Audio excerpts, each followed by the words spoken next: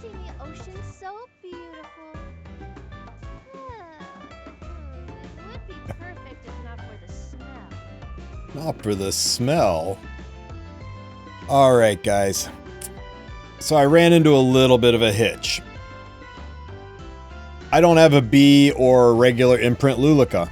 I even did a few pulls on the banner to try to make a team for you. Wasted a whole bunch of bookmarks, 150 bookmarks. Got nothing. That's the way triple banners are. So I dove back into the archives and pulled the video from last year. And it is the exact same team. It's the exact same mechanics, so it should work just fine. So sorry for the rerun, but for those of you who weren't able to find it before, this is the video for how to handle the Midsummer Paradise level 4 story with only a B imprint Luluca. This should work with a non-imprinted Luluca as well, I believe. It cuts the time of the Rowana team in half easily. You'll go from 6 to 7 minute clears to about 4-minute clears. I hope you guys enjoy this team. Sorry for the no cam. It's older footage, but hopefully it gets you going in the right direction. If you have any questions or need ideas for substitutions, hit me up in the comment section. I will do my best to give you some advice on what units can replace what. You can also join my Discord, which will be linked in the description of the video. If you're looking for the I don't have Rowana video or the I have an A imprint or higher video, check the links in the descriptions for the videos that meet your needs. I hope you guys enjoy this older footage. Have a good one, Epic 7. How could you make me wait this long? This is the promised Luluca B imprint team. So if you have her at this level of imprint, you should be able to farm pretty quickly as well. So let's jump right in and talk about the team. First, of course, is going to be Ocean Breeze Luluca. As you can see, mine has a B imprint.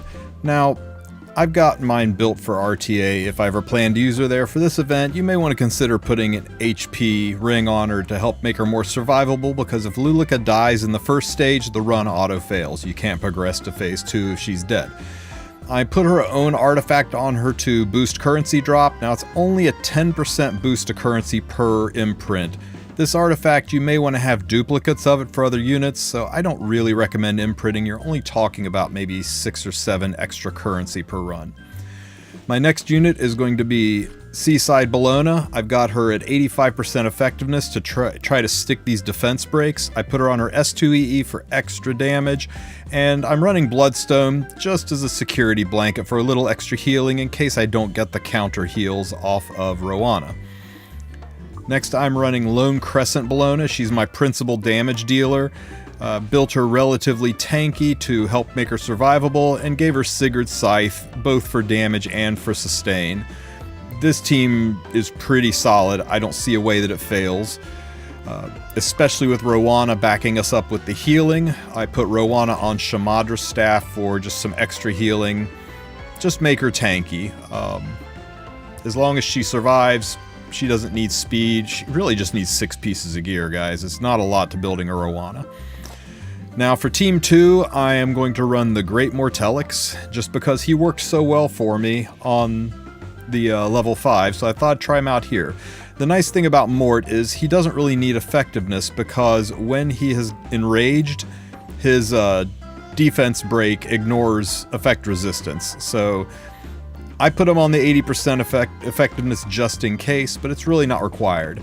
Now once again, night artifacts like Aureus and Adamant do not work. Sword of Azera, none of that works. Damage mitigation, damage transfer, even Bologna sending damage to the front of the line, all of that is turned off. So go with a night artifact that is actually useful.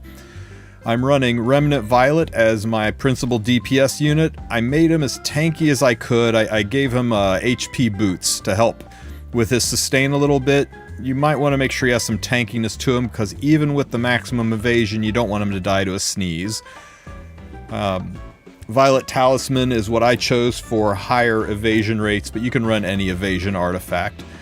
And next we're running Green Violet as an additional damage dealer. Again, make him tanky. If you can luck sack a really high health piece like this, great. Otherwise, change his boot or ring out for HP to make him a little bit more survivable. make sure you run your pet. That gives you side story currency drop. If you don't, you're missing out on coins, because those count. Now, we're running a B imprint.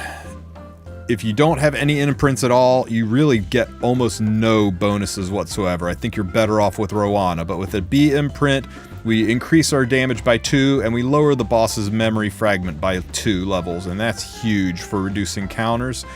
If you're an A print, you reduce it by 3 levels and do 40% more damage.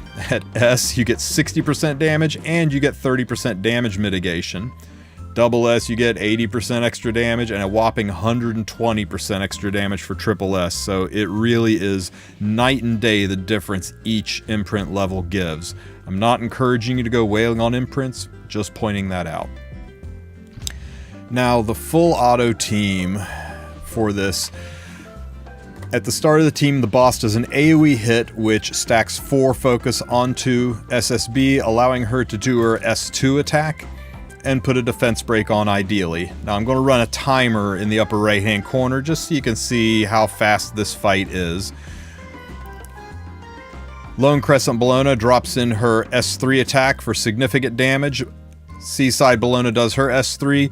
You notice how seldomly we're getting countered. This is why I put Bloodstone on Bologna, because your counter rates dropped from 50% down to about 10%. So you will still eat counters here and there, but they're greatly reduced.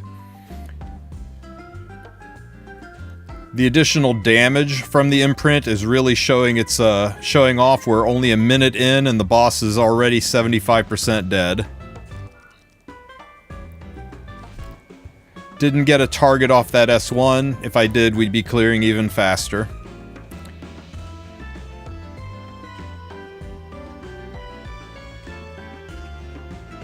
The double Bologna team is just so good for this. If you can pull it off, that's great.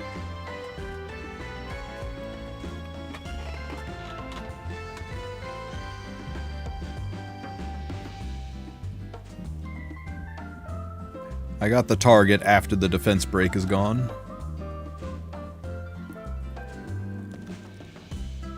This Luluca animation is top tier.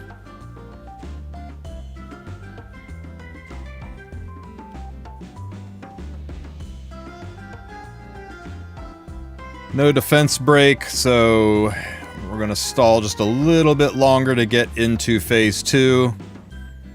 So this isn't the fastest run because a lot of extra animation and stalling here when we should have crossed the threshold with a defense break. All the extra hits are done, and at about the 2-minute mark, we are crossing the threshold and getting ready to enter into stage 2.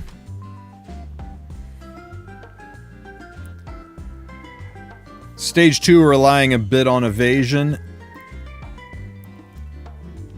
Rylet didn't evade, so he lost his evasion buff, but he'll be able to get a turn and get that evasion buff back pretty quickly.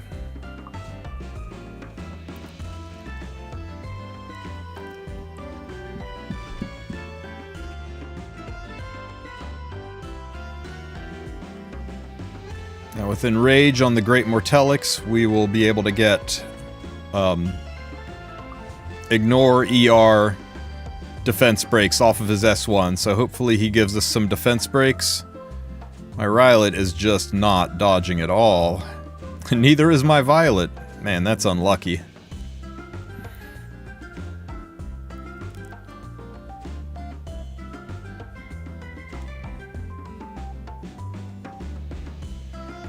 Blind and a defense break, now we're talking. So now we'll start progressing this phase a bit faster.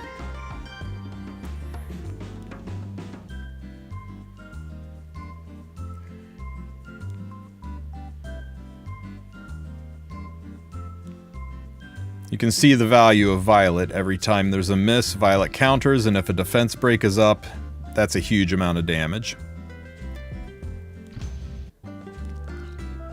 Now don't be surprised when the octopus hits through your evasion. The octopus ignores evasion, so he'll just smash right through your Violet or Rylet. And I thought we were done, but I guess there's just a hair more health left. And there we go. full clear in about 4 minutes. Could have been faster, but could have also been a little bit slower. There's some RNG. I'd say my average clear time is between 4 minutes and 4.5 minutes.